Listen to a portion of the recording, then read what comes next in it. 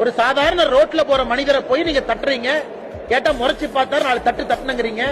அதுக்கப்புறம் மருத்துவமனையில போய் நெஞ்சு வலின்னு படுத்திருந்தா அதையும் கேவலப்படுத்துறீங்க. அதை கேள்வி கேட்டா என்னைய மிரட்டுறீங்க. அதை தாண்டி முதலமைச்சரை போய் பார்த்து கம்ப்ளைண்ட் கொடுப்பீங்க. அதுவும் திருமாவளவன் பத்திரிகையாளர் சந்திப்புல என் பேரை இழுத்து நான் தான் இதற்கு பின்னாடி இருந்தங்கிறாங்க. அந்த 2 வீலர் காரலையும் தெரியாது, யாருன்னே தெரியாது. நான் சாமானிய மனிதனாக குரல் கொடுக்கிறேன். என்னை போல நீங்களும் குரல் கொடுக்கிறீங்க. அதனால திருமாவளவன் அவர்கள் இதெல்லாம் விட்டுட்டு நாகரிகமான அரசியலுக்கு வரணும்.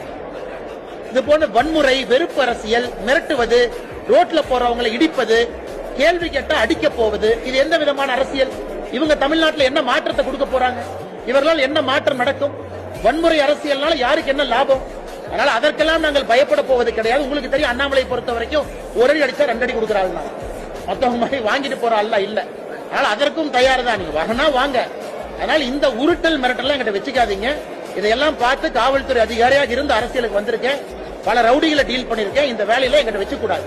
அதே நேரத்தில் முதலமைச்சர் நான் சொல்றது, நீங்க உள்ள புந்து ஏன் எஃப்ஐஆர் போடல? இந்த மாநிலத்தினுடைய முதலமைச்சர் நீங்க ஏன் அரெஸ்ட் பண்ணல? மிக தெளிவாக ரோட்ல வன்முறை நடந்திருக்கு. உங்களுடைய கூட்டணி கட்சியை சார்ந்தவங்க எம்பி கார்ல இருக்காரு, அவர் இறங்குறாரு, சுத்தி அத்தனை பேர் இருக்காங்க. அப்ப முதலமைச்சர் அவர்கள் சாமானிய மனிதனுக்கு ஒரு பாதுகாப்பு கொடுக்க முடியலனா காவல்துறையினுடைய அமைச்சராக இருக்கக்கூடிய மு.க. ஸ்டாலின் அவர்கள் அந்த பதவியில் உட்காரணுமா? ஒரு சாமானிய மனிதனுடைய பாதுகாப்பை உறுதி செய்ய முடியவில்லை என்றால் முதலமைச்சர் என்கின்ற நாட்கள் எதுக்கு வேணும்? அப்ப சாமானிய மனிதனுடைய பாதுகாப்பு முக்கியம் இல்ல, கூட்டணி கட்சி அண்ணா திருமாவளவன் தான் முக்கியம் என்று முதலமைச்சர் அவரும் முடிவெடுத்துட்டார். இதை தமிழக மக்கள் அண்ணா இன்னைக்கு அந்த காலம் மாதிரி இல்ல, டிவியில நீங்க அத்தனை ஆங்கிள் போட்டோ எடுக்கிறீங்க, இந்த ஆங்கிள் அந்த ஆங்கிள் போடுறீங்க, தனியார் தொலைக்காட்சி எல்லாத்தையும் நம்ம பாக்குறோம், வேறு வேறு ஆங்கிள் காட்டுறீங்க.